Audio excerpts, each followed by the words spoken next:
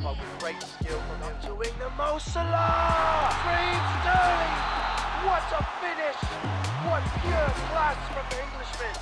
Premier Talk, the English Premier League podcast for the fans. Hello and welcome back to Season 2, Episode 2. This one we like to call the Mike Dean Show. I'm your host of Premier Talk. Alongside with me, as always, is Daniel Barbuto, my co-host. We have a good one in store today, Daniel. You talk a little bit about Mike Dean, or you talk a little about Match Day 23. Got a good one in store here. Yeah, I'm really excited. The Mike Dean Show, we had a little bit of a laugh about.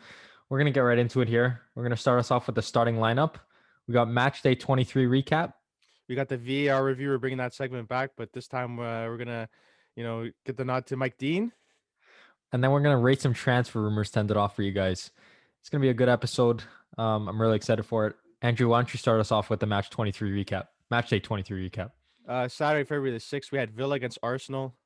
This was another tough result for the Gunners. I mean, the Arteta era hasn't been all rainbows and sunshine. There's definitely been some positive notes for the team. They thought Arteta was the right man to bring in, but lots of Arsenal fans haven't been happy, and rightfully so, due to the results that they've been having. So they lose this one 1-0 to Villa. Ollie Watkins scored in the second minute for Villa. Arsenal, they couldn't find an equalizer here. They just couldn't. And I don't know what's lacking for the Gunners. Daniel, what do you think? To be honest with you, there's so much wrong with this team. I don't get it though, because if you look at the team on paper, it's not that bad. Aubameyang not scoring this year, that's definitely one of the major points for this Arsenal team, because I think they've picked up Partey, who's helped them in midfield. Now they've picked up Odegaard on loan for the rest of the season, which is going to be another great improvement. I don't know where this team's going wrong. I don't get it, to be completely honest with you. We could segue here to the next one. Yeah, Daniel. Newcastle and Southampton. Just give the recap for that one real quick. This was a goal fest right here. This game ended 3-2 for Newcastle. We got Joe Willock again. Look at a new signing from Arsenal. Comes on to his debut, 16 minutes in, scores his first goal for Newcastle. And then Miguel Almiron. I cannot say Almiron. I believe that's how you say it. Again, Almiron, yeah. name. Sorry for my pronunciation of some names. He doubled the lead in the 26th minute, and both of them were assisted by St. Maximin. I want to say Maximin, I love him as a player. I love the way he plays. He's very skillful when he plays. Bro, he's nasty on FIFA too. Like the pace down the wing, can't stop him. Sweaty goals all day. So got a couple big FIFA guys here too. So St. Maximin, I love the way he plays. And then Minamino, new signing for Southampton from Liverpool on loan for the rest of the season. He scored in the 30th minute to make this one 2-1. And then Almiron scored again in the 45th to extend this lead. And then James Ward-Prowse, he's fantastic. I love the way he runs this Southampton midfield. He scored to put Southampton back into the game in the 48th minute, but it wasn't enough as Newcastle ended up going on to win this one. And Newcastle ended up getting a red card. Jeff Hendrick, he got 2 yellows in this match. He got a second yellow in the 50th. He got his first yellow, I believe, in the 11th, very early in the game. But they were still able to hold on for the 3 points. And it was a big win for Newcastle because they're sitting just outside relegation. They're in 17th right now. And they definitely needed the 3 points to keep themselves away from relegation as much as possible. Yeah, this was a huge win for Newcastle. They really needed the 3 points in this one. Southampton results of late haven't been too good, especially after that Manchester United whooping there, the 8-0 win. But there's some really good signs for Newcastle in this one. Miguel Almiron, Miggy, he's a great player, a great attacking midfielder, could slot out to the wing as well. I just really like that signing once he came from the MLS. A lot of people were questioning it because obviously he's coming from the MLS. They weren't sure if he's going to be able to switch from a league of that caliber to the Premier League, which is one of the world's best leagues, as we all know. So really, he's had some off games here and there, but you could really see how talented he is on the ball. He's got a great amount of skill, and definitely the man of the match in this one. He was definitely the game changer here. Yeah, I definitely agree with you. We're gonna move on to the next one here. Burnley versus Brighton. Not a lot in this one. Lewis Dunk scored for Brighton in the 36th, and then Johan Goodmanson. Yeah. Goodmanson. That wasn't bad. He scored in the 53rd to equalize it. And this was, I think, a big point for both teams because both of them are sitting just out of relegation, just like Newcastle. So they needed the points to, again, open their gap up a little bit more from relegation. Yeah, and then next one we have Fulham and West Ham. That was a 0-0 draw. Daniel, there's no goals in that one, but there's some extreme controversy. We're gonna get to that later on in our VAR segment, courtesy of Mike Dean, of course. But yeah, just West Ham, not the best result because they're at the top of the table, uncharacteristically this year. That they could have really used a win against a lower tier side in Fulham. Fulham, uh, I think they've really solidified themselves as going down, being relegated.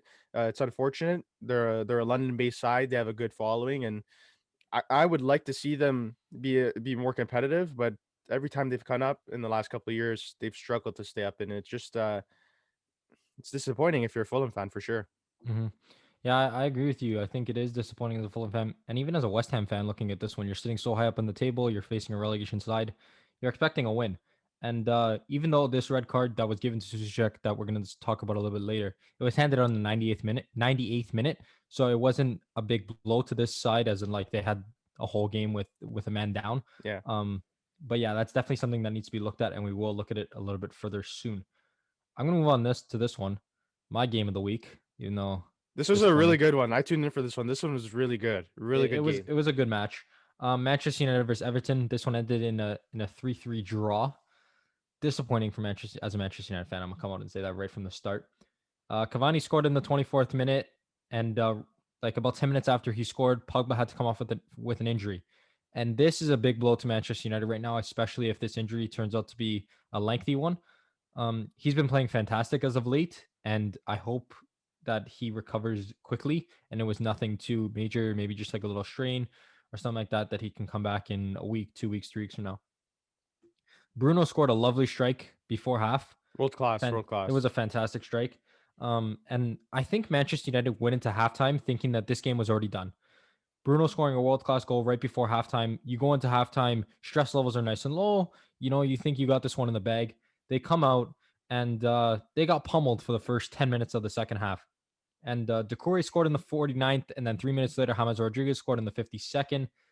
And now this game's tied.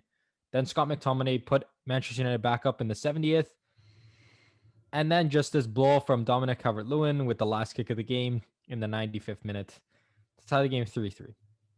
I was disappointed because I think Daniel, I'd be if I was a Manchester United fan. To be honest with you, I said I'm disappointed when I was watching this live.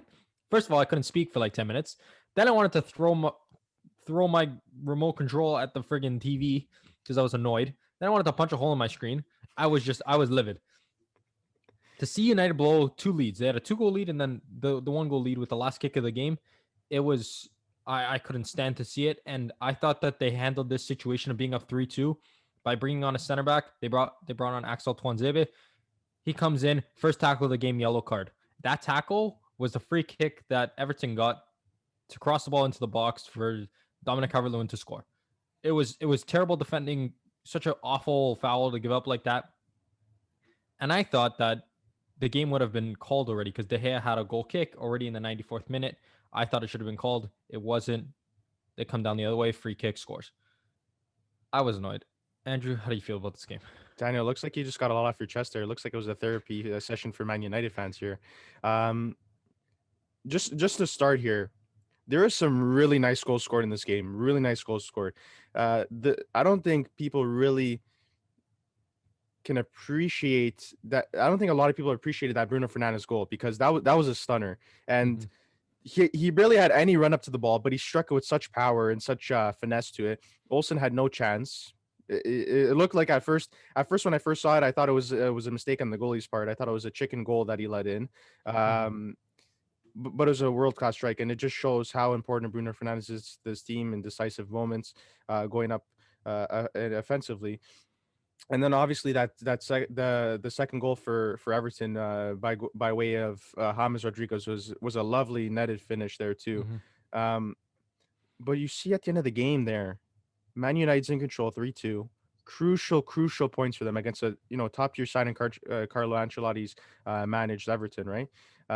It just they slept for that split second, and once you sleep for that split second on defense, you're gonna get killed in this league. You're gonna get killed. Doesn't matter who you're playing, and none other than Calvert-Lewin comes up, nets it off a cross, and it was just very poor from the United defense there, just ball watching, and that's what you're gonna get if you're ball watching. You're gonna draw games in this fashion, and um, watching it, I was so impressed the way Man United came out because the first half absolutely dominated Hmm. Everton. They looked like they were getting bullied by Man United. That's what it Hmm. was, and I've always said it. 2 goal. Everyone says it. 2 goal lead is the worst in football, Yep. and it really showed on this day. And just terrible points drop for Man United. Yeah, and what annoys me the most is how well United did play in this game. I know you mentioned that the first half was absolute dominance. It was, yeah. Even in the second half, like they came out the first, I would say that they they pl- they started the second half with 10 minutes of just a absolute poor performance, and they got scored on twice. And then they lose focus the last 2 minutes of the game and they get scored on again. I would say they dominated about 80 minutes of this game. I think that's pretty fair to say. Yeah, And that's what's the most annoying thing because you're getting scored on 3 times when you're not dominating for 10 minutes. Dino was 2 goals in 7 minutes for Everton right Mm-hmm. off the bat, and that's you can allow that, I know. but they did, and that's what cost them the game. It was poor They played it great offensively in terms of when they had the ball, but Daniel, you said they dominated throughout the course of the game, but it's those 10-15 minutes when they didn't have the ball in possession, and they should have been more compact. They should have been more organized, but they weren't, Mm-hmm. and And it that's shows that's that why that's why they drew the game, and a huge point. If you're from an Everton fan perspective, huge point for them to claw back into that game, a game that they looked like they were non-existent at times. So mm-hmm. it's a tale of two sides, right? And good for Everton, not so good for Manchester United. I'm gonna move on here because I don't want to talk about this game any further. We're gonna move to Sunday. There was 4 games on Sunday, February 7th. The first game was Tottenham versus West Brom. Kane scored in this one. Son scored in this one in the 54th from Kane and the 58th from Son. Exactly what you want to see from Tottenham. Your two top players scoring goals, and I think this was a very expected win, especially against a West Brom side that's lower tier this year. Oh, for sure. The Spurs really did need this win. Struggling for results of late. They were at first, Mm-hmm. as we mentioned last episode, and then they dropped off out of the top five, and they're sitting, I believe, in seventh or eighth right now. Um, they're in eighth right now. Um, and yeah, it's just it was a very important win for the Spurs, and it just goes to show you how important that duo is up top. Daniel, they're so good together. Mm-hmm. Harry Kane and Heung-min Son, they're unbelievable. They're unbelievable together. They have such good chemistry together, and when any one of the two is in front of net, the opposing team has to just do nothing but pray because Mm-hmm. more likely they're more likely to score than miss. So they're just so talented, and if you're a Spurs fan, love those guys. Um, but in terms of the results of late, not good enough. Not good enough from that team. We're gonna move on to the next game here on Sunday. Wolves versus Leicester. Another goalless game. Um, I think Leicester really did need the points here against the struggling Wolves. Since United had tied the day before, if Leicester had taken the 3 points from Wolves, they would have been level in points with Manchester United, which would have been very big in their title hopes. But that wasn't the case here. Just a very bland game, 0-0. Nothing really big happened in this one.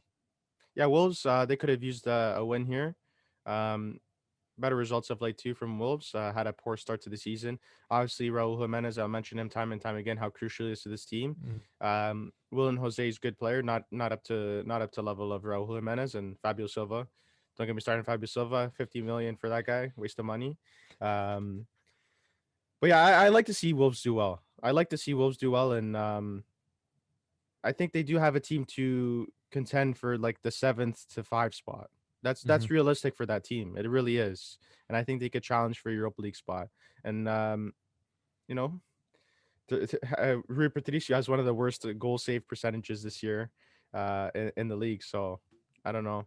They don't look themselves compared to last year and the year before that. Mm-hmm. So just strange from the team, and it shows you how much one player can make a difference on a team, right, Daniel? Mm-hmm. Yeah, even you bringing up Rui Patricio, it's not like him at all because last year he was outstanding, and then everyone's expecting him to be the exact same this year, but it's not the case. And it just shows how much fluctuation can go into a team in the off season, right? Because even if you look at a team like Sheffield, I feel like they've gone through the same thing that Wolves has this year at a worse extent to that. Um, because last year they finished in the top half of the table and everyone expected them to come out again this year and do the same thing. couple transfers, and now they're sitting in 20th, and it's not looking good for them at all. They look like they've almost solidified last place in the Premier League, and they're probably going to Oh, get they're going down for sure, relegation. Daniel. You get about a Yeah, million like bucks on it. it's not been good for that team at all. So like Wolves, hopefully they can step up because it's not looking good, and I think that they're missed in their, like you said, 5th to 7th range because they definitely deserve to be there and they have the team that can be there. And Daniel, they brought in the guys too this offseason, right? Mm-hmm. They brought in okay, they lost obviously Diogo Jota. That was a big loss, but they bring in Neto, and Neto's been pretty good for them up top. One guy that hasn't been the same though is Traore. Traore had an extraordinary season last year, Season very last good year, yep. season. I think he played above his capabilities of where the level that he's at. I think he's tapered off a bit, and rightfully so to the player that he is. I think he's a good player, but I don't think I don't think Manchester City should be out with the rumors that I heard last year, them wanting to go buy him for 60 million, which is outrageous Mm-hmm. in my Yeah. opinion. Um, but they have some good guys. They brought in Keanu whoever from Liverpool in the offseason too. They brought in Nelson Smith, which I think was an improve at the right back position because I think that Doherty's good, but I Mm-hmm. also think that Nelson Smith is better. Not because he's Portuguese, but he's had experience at Barcelona, a club like Barcelona, and I think he can bring that experience to the table for that side. And then they So sent Doherty out too because of that yeah, Semedo transfer. exactly. It seemed to So me. they bring in some guys, Nuri on the left back at the left back position or left wing back position, whatever you want to call it. He's been doing decently for them too. So they brought in the guys down. On paper, it seems like it's a better team. Mhm. I think the biggest problem going forward is going to be signing a guy that can replace João Moutinho because I think João Moutinho has been a very integral part of this team.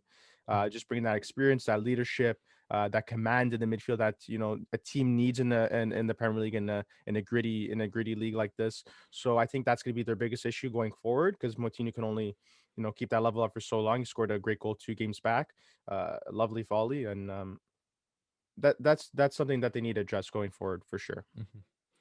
We're gonna move on to the another massive game this weekend. Manchester City versus Liverpool. This one ended big for City, 4-1 for City. Just to run through it here quickly. Gundogan missed a penalty in the 37th. He skied it. It was not a good penalty whatsoever. And then he ended up making up for his miss to start the second half in the 49th minute to put City up 1-0. And then Salah equalized from the penalty spot in the 63rd, which was a nice penalty from Salah. And then Gundogan scored again in the 73rd after a great run and pass from Foden. I want to shut off Foden because I think he's been playing great along with Gundogan this year. I think both of them have been playing fantastic. And Foden looks like he is going to be something special in the Premier League years to come from now because he's young right now and he's been great on the City team. And then Sterling scored 3 minutes later after a nice assist from Bernardo Silva. And then Foden scored 7 minutes after that to make it 4-1. And Liverpool, I think they ended Liverpool's hopes of title contending this year. Well, they're 10 points back now, Daniel. 10 points So back, and City has a game in hand. So it could be 13 points back. I don't think Liverpool has a chance. And I don't think right now, the way that this City team is playing, anybody has a chance at this title. yeah, I think in the string of games that Liverpool's played recently, this is where they lost. It wasn't just in this Manchester City game. This Manchester City game, though, was a statement game for Man City to assert their dominance in the Premier League and show that they are the best team in the world. I think they're the best team in the world right now, in my opinion, the form that Mm-hmm. they've been in. We also did that segment last week in terms of the youngsters. We didn't mention Foden, but he's definitely up there. I think he's a really good talent, up and coming talent. He's very young. He's only 20 years old. Um, and even the coach has come out, Pep Guardiola's come out and said everyone else could be discussing transfers, but Phil Foden is one guy that is not going to be discussed at all because Mm-hmm. he sees him being the future of this club. He sees him being a great talent in the Premier League and a great talent in football. And just to talk about Gundogan's miss there in the press conference after, um, Pep Guardiola was he was joking around and he said he mentioned months back or weeks back that Ederson Mm-hmm. might take penalties, but that was a I joke. saw And this this. week after that Gundogan miss, he said, "Oh, it's only a half joke now." So Daniel, my question for you is, are you for goalies taking penalties? I am. What do you think? I think it's a little bit disrespectful to the team, to the team you're playing against, your opponent. Your goalie running up and taking a penalty, and then what if it gets stopped and then comes all the way back down and there's no goalie in the net? I think it's a little bit disrespectful to the team. But if the guy's class at taking penalties and your other players can't take it, why not let Ederson step up to the spot? I would like to see. I'm for Ederson going up. I would love to see it. Don't get me wrong. I would love to see a goalie taking a penalty. It happened. Didn't happen a couple weeks ago. I think it did. Where a goalie, but it wasn't in a Prem game. I think it was in an FA Cup game. Their goalie stepped up to take a pen. Daniel, and this just remind me, there's I forget the name, a Brazilian goalkeeper. He used to play for São Paulo for years, and he was notorious for coming up and taking free kicks and penalties. And I can't remember, he has the record for most goals scored by a goalie, but he was incredible at taking free kicks and set pieces. So, um, yeah, let Ederson have a strike, give him a strike, you know.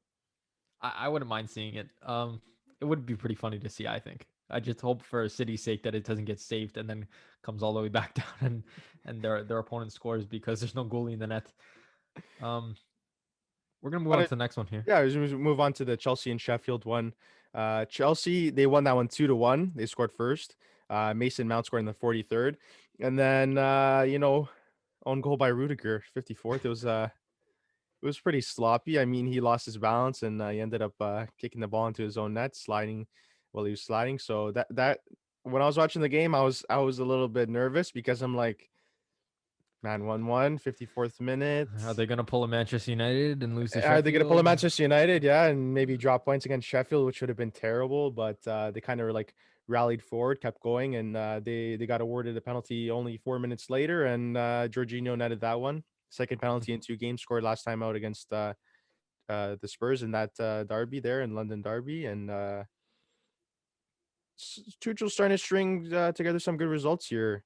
He's got a tie, a good tied the first game out, his debut game against Wolves, 0-0. And then since then, he's had 3 wins. So the new era at Chelsea looks good so far. It's only a small sample size for Tuchel, but looks good. Looks good for now. And I'm happy that Chelsea rallied together and got a 2-1 win. It wasn't the best result, but 3 points is 3 points, Daniel. Yep, I think that Tuchel has been great as of late, and so far, what is it? 4 games in, and he's 3-1. He's 3-1. 3-1. He's got 3 wins and 1 tie. Yeah, 1 tie. Yeah, he's yet to lose with this Chelsea side. I think that's great. That's exactly what you want to see from your manager, especially as a Chelsea fan. You want to see him coming in, taking charge, and winning games, and that's exactly what they're doing right now. He sort of switched to that 3-back. He's really he likes that system, that 3-back, and he's put Azpilicueta playing back there. And he's given Odoi a chance. Odoi was never really given a chance. You got sample games here and there with Frank Lampard. But I said if Frank Lampard was to ever get fired, and I was talking about this during that stint of games when Chelsea was really struggling and where they tapered off a bit. And I said if anyone's going to replace this guy, it's Thomas Tuchel. He's a great coach. He's got a great tactical mind. And we've seen he's slotted into this Chelsea team, and he's really moved some pieces around, and he's fixed some of their issues so far. It's really early on, but Daniel, do you think that Lampard should have been given more of an opportunity to stay and trying to stop the bleeding, or do you think it was the right move to bring in Tuchel? I liked Lampard. I think that he did a lot for that club when he played for them, and I think they didn't give him as much as an opportunity. I know he had a year and a half, and it seemed like they did better without the transfers because they had the transfer ban and they were just using youngsters. And I don't know. I think this is a little bit of a mixed one. I think you'll get different opinions from different people. I would have liked them to stay maybe to end this year and then see what would happen. But obviously, if you look at the decision that they made by sacking Lampard and bringing in Tuchel, it looks like to be a good one right now. Yeah, I was a little bit upset when I heard that Frank had been Lampard. Frank had been Lampard. That's a new one. We're gonna start calling people sacked. When Frank had been Lampard. when Frank got sacked, but because I liked him, he's a club legend, right? And and to see him go in that fashion and be fired on such a bad note was sad to see as a Chelsea fan. Chelsea's board is really strong on terms of like firing coaches when things aren't going too well. They don't really stand by for too long, it could be a bit of an issue. But I would have liked him to see him finish out the season for sure. I think he deserves that respect after what he did last year, considering he wasn't able to bring in no new transfers due to the transfer ban. And what he did with that team last year was amazing. It was really amazing to finish in the Champions League spot with a bunch of youngsters that that haven't had the ability to really prove themselves yet. So I think he deserved a little more time. He deserves some more time for sure. We're gonna move on here from Frank getting Lamparded. Yeah, he got Lamparded. We're gonna move on to the only game on Monday, February 8th. Leeds versus Crystal Palace. Leeds comes out, wins this one 2-0 against Crystal Palace. So you got Jack Harrison scoring in the second, and then Bamford continuing up his great form in the scoring in the 52nd. Not a lot to this one here. 2 simple goals against Crystal Palace, who's been struggling to score goals as of late. Then again, we've discussed Crystal Palace a bunch on the podcast. We discussed how they come out against teams sometimes and they come out looking like Manchester City, and then they come out against other teams and they look like Sheffield United. Not that that's a shot to Sheffield United whatsoever, but they are sitting in last. I don't understand this Crystal Palace team at all. Like, do you? Like, I don't understand. I think we emphasize, we expect Crystal Palace to be good, but in reality, they're not good. They have some good players, and I think that's why we give them these expectations, and these are false expectations, unfortunately. The likes of Zaha, great player. You know him from his time with Manchester. Mm-hmm. And they have guys like Wan-Bissaka come out of there too, right? And they brought in Eze. He's been good as a young talent from Decent, QPR. yeah. He's been decent, but I think that there's just the expectations, at least me and you have for them, are too high. I think the standards that we have, and I think they show truly what team they are, and they have a lot of flaws, and they're staying in the place they are because that's the quality of team they are. Mm-hmm. So I'm not going to spend too much time talking about Crystal Palace anymore, because we used to talk about them last season, how, they beat one team this score, a big team, and then they lose to a small team. But that's just inconsistency, and that's inconsistency of a club that is inconsistent. That's what they are. They're an inconsistent club, and that's because the players that they have on their roster. So I'm really excited to move on. Here. I am too. We're gonna talk about we're gonna bring back a segment that we haven't. Daniel, I gotta get something off my chest. Okay. Okay. Mike Dean has to get Lamparded. Okay. He has to get Lamparded. All right. He's got to get fired. I'm done with him. I'm done So we with got Mike our Dean. VAR review. We're gonna call this one, aka the Mike Dean Show. For those of you that don't know, Shout out Mike Dean, worst referee in the league. All right. Mike Dean showed Thomas Suchek, a red card in the West Ham versus Fulham game. I want all of you who haven't watched this to go watch this right now. Pause this podcast, go watch it, and then come back, because it is awful refereeing, just absolutely disgusting refereeing from my standpoint. I don't know if anybody else is gonna have a different opinion about this, but I think it was brutal. And it wasn't even Mike Dean. It was Mike Dean with a combination of the VAR referee. So if you guys watch the clip, Suchek there was a, I don't know, it was a set piece, cross coming in. Suchek obviously being a big target. He's 6'4". He was marked by Mitrovic. Mitrovic is also another big guy, so it makes sense that they would match up like that. Suchek tried to basically, his arm was around. He tried to win positioning, yeah. He tried to win positioning. He just tried to, and then he tried to reach his arm, over Mitrovic. He clipped Mitrovic a little bit with his elbow. He grazed him. He grazed him. Okay, well, we'll say grazed. Mike Dean went over, had a little talk with the two of them. Mitrovic was down on the floor, like most soccer players are. That wasn't a shot, soccer players. I just had to throw that out there. And then the VAR referee mentions that he should have a look at this one. He goes to have a look. He tells him to have a look on the monitor. And the reason why he wanted to have a look is because he said that Suchek's fist, he had a closed fist, which he did. It was it was slightly closed. It wasn't like he was trying to punch him in the face or elbow him in the face. It was just slightly closed. And he gave him a red card, straight red. And Suchek was in disbelief. He couldn't even believe it. And I want to show out some stats. Andrew pulled a couple of these up. Mike Dean has handed out 7% of all red cards in Premier League history. That's impressive, man. That's really impressive. That stat is nuts. Okay. It's impressive. And on average, he hands out a red card every 5 games he officiates, which is, again, another ridiculous record that I don't even know if you can consider that a record. It's Bro, insane. he's putting out better numbers than Aubameyang. Like, he has more red cards given than Aubameyang has goals scored. That tells you something, okay? And there's the third one. Aubameyang has 5 goals scored this year. Mike Dean has handed out 6 red cards this year. He's putting up numbers. It's insane. I don't understand how he still has a place as a referee in the Premier League, because I don't get it. all the red card that he showed to Suchek was appealed. Day later, the red was rescinded. Uh, the game he also officiated the game Manchester United versus Southampton. The red card against Bednarek was rescinded. I don't get it. With the help of VAR and everything he sees, he still continues to hand out red cards like there's no tomorrow. It's obvious. I know Mike Dean needs glasses. He does. He needs those He needs more than glasses. He needs those sports goggles you put on. You know that you see kids kicking the ball around. They'd have those sports goggles. And I know nobody should get death threats because he was receiving. Oh, that's terrible. Yeah, that's terrible. That's too much. We're receiving death threats over the weekend, which is why he didn't officiate any games this weekend, which is terrible. Nobody deserves to be receiving death threats, especially their family. He had to go to the police about it, which is absolutely terrible. And I don't think that should ever happen. But Mike Dean, man, you're handing out too much red cards. You're 7% of all red cards in Premier League history. He gave the one against Bednarek, no? From the 8-0. The game was already done. Or 9-0. Or 8. Was it 8 or 9? I forget. 9. 9. There you go.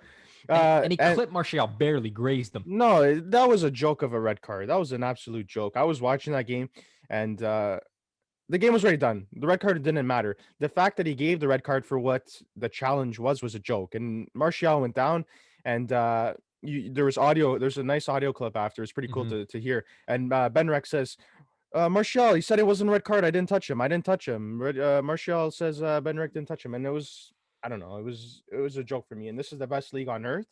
So therefore, they should have the best officiating crew possible on earth. And Mike Dean... It's the Mike Dean show.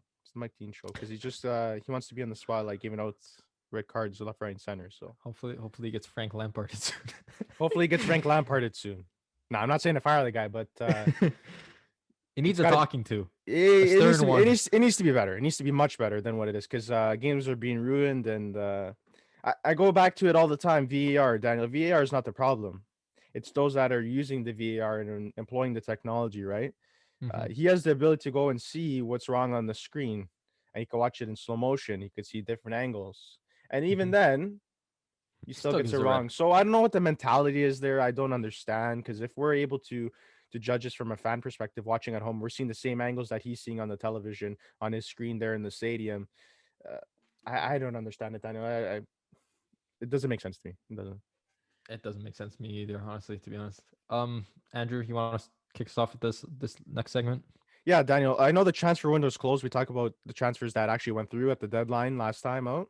We're rating the transfer rumors here, so I'm gonna give like a little bit of a profile and what the context is of the transfer, and then Daniel, you give me a rate of 1 to 10. How legit you think it is? 10 being the highest, 1 being the lowest. Okay. So we got Pedro Gonçalves. Pedro Gonçalves. Good try. There you go. Gonçalves.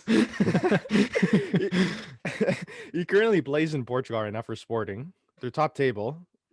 It pains me to say that they're top table. Benfica's been absolutely terrible. But he's been a reason for Sporting success. He plays as a cam, attacking midfielder. He also plays he can play out on the wing too. He's got 14 goals in 15 games in the Liga NOS in the domestic league. That's pretty impressive. His current release clause is around 53 million pounds. It's a lot of money for him. He's 22. He used to play for Wolves. Never really got the chance at Wolves, so they sold him to Famalicão, a team partially owned by the same owners as Atletico. They got a share in that team, so they put in some money. They bought him. They bought a bunch of guys, and they developed a lot of players. They're doing really bad this year because they sold a lot of players, including Pedro Gonçalves, and he got sold to Sporting for only 6 mil. And imagine the turnaround Sporting would make if Liverpool, which is the team that he's linked to in the Premier League, that's who he's linked to, goes and buys him. And he's linked for the reason that Wijnaldum he's up a contract at the end of the season. He still hasn't signed a new deal. He hasn't had a new deal. I don't think Wijnaldum and I don't think he will. And I don't know what the situation is there. Maybe he wants a new change of scenery. Maybe doesn't like the sad and rainy Liverpool weather. I don't know what it is. But that would be the replacement, Pedro Gonçalves. I think it's realistic. I think it's a lot of money though, and I don't know if it's Bruno 2.0 coming back into the league. Maybe it'll be another Bruno Fernandes. Good outcome of a Portuguese player coming in from Sporting. Who knows? But that's a transfer the rumor there. So I know 1 to 10. What do you think about that? I'm gonna say around 7 or 8. I think that based on his goal contributions in the Liga NOS and the age that he is, is it looks like a pretty good signing for Liverpool. I don't know how far talks have been, or maybe he's just like Liverpool has been scouting him or they're linked with him. Hmm. But I think 53 million pounds is a lot. It's a lot for a player to go spend, or for a team to go spend on a player that's only 22 years old, unproven in a top league. And I don't know. I think it would be a good signing for Liverpool, but I just don't know how well it will pan out if it even does. Okay, Daniel. Next one up. You're excited. You DM me about this because Mhm. you were just thrilled to hear this. Manchester United gets linked with everybody and anybody, and that's facts. This one though doesn't sound The like a amount of link. the amount of fake jersey swaps I've seen of players potentially coming in is unreal. It's off the charts. So the guy is Sergio Ramos, world Mhm. class, one of the World best center class. backs to ever do it. He's I won agree with multiple that. UCLs and La Ligas with Real Madrid. He's been amazing, right? He's won the He's champ. won he's won a World Cup. He's won a World He's Cup won with a World Spain. Cup. He led Euro that team at Cup. the back Hmm. for Spain. 33 years old. His contract's up at the end of the season. Hmm. He's also linked to the PSG. Daniel, do you think Man United could beat PSG to, secure his signature and even beat Real Madrid to re-sign him? Do you think that's I possible? I think it is. I don't think he. I think he wants a change of scenery from Madrid. He's won everything there is to win with that club. He's gonna go down as a club legend, so he figures why not try to do it in a different league. I know he was heavily linked with PSG at the beginning of the year because PSG promised him a super team, which their team is already crazy. And if you start adding defensive uh, acumens to that team, it's going to be nuts. And then they also promised him to be joined up with Messi because PSG is strongly linked with Messi at the end of this year too, when Messi's contract is up. But it's looking like Manchester United might actually pull this one off. I know they were heavily, I wouldn't even call it linked anymore. There was like, they were basically saying that it's almost solidified that they were meeting with his representatives this week. The representatives were going to travel to Manchester and talk to Manchester United about this signing, and I'm really hopeful. If I have to give this one a rating, Manchester United bias, I'm saying 10 because for me he's one of the You best think center it's backs that of all likely to time. happen? 10 out of 10. Very No, no, likely. that's just bias. Hopefully it happens. Okay. I'm gonna say it's about an 8.5 because I think that it is so strongly linked, and I think that there's actual real news coming out of Manchester that this one's actually gonna happen.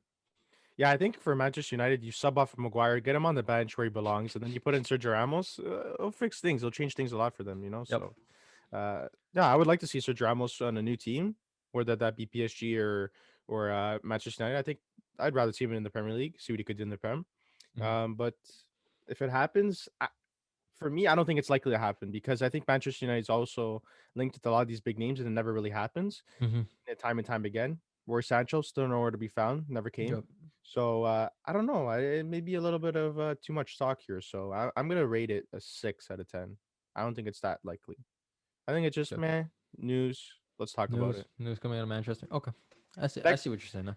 next up, we have Chelsea transfer rumors because Thomas Tuchel came in, wasn't allowed to bring in anyone, or he didn't really want to. He wanted to see what was at his disposal, and I think Hmm. that's a fair assessment.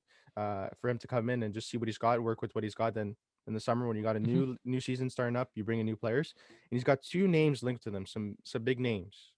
And first up, we got Holland from Borussia Dortmund. His transfer is rumor, or his clause, sorry, 66 million pounds. That's his transfer clause. So anyone could trigger right now. Any of these big teams could trigger, but he's linked with Chelsea.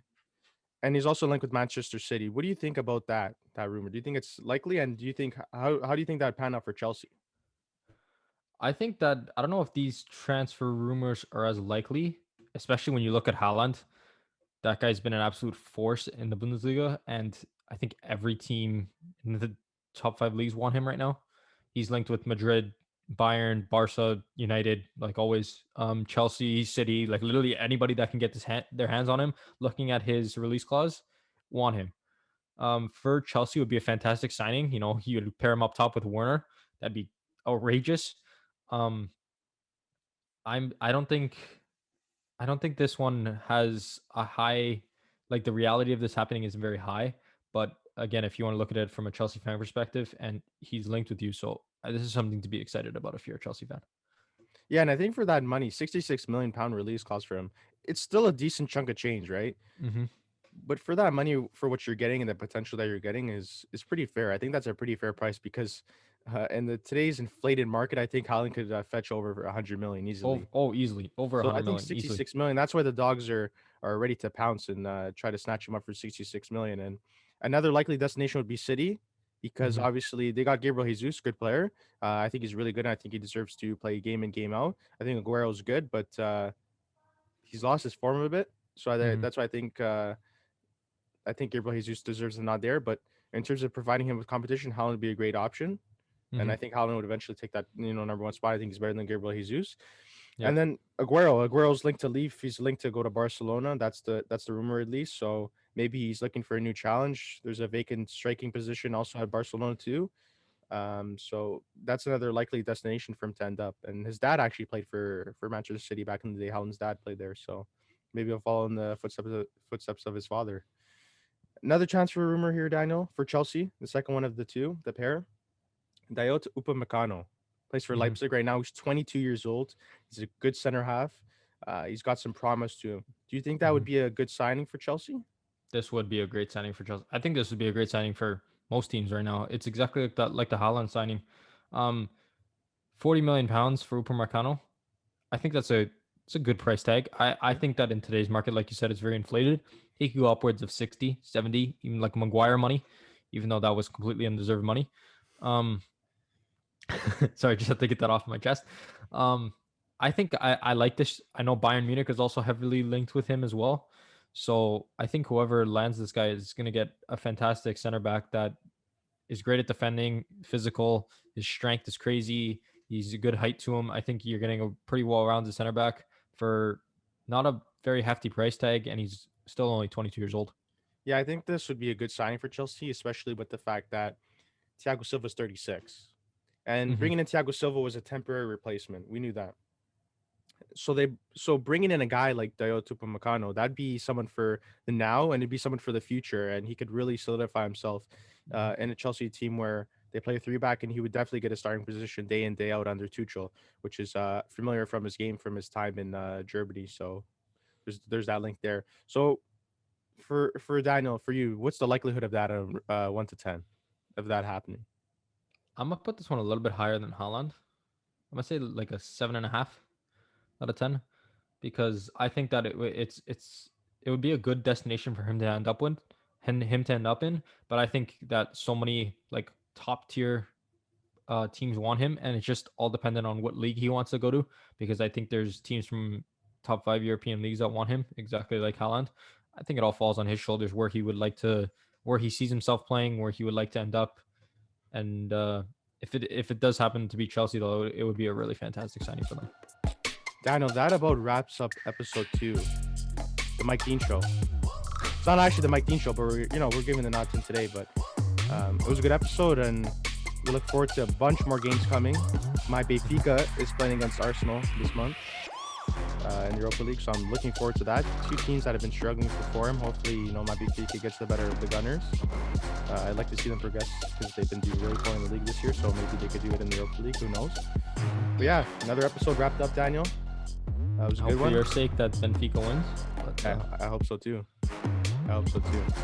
That about wraps it up. Episode 2. Thanks for tuning in. We'll see you guys next week. see you later.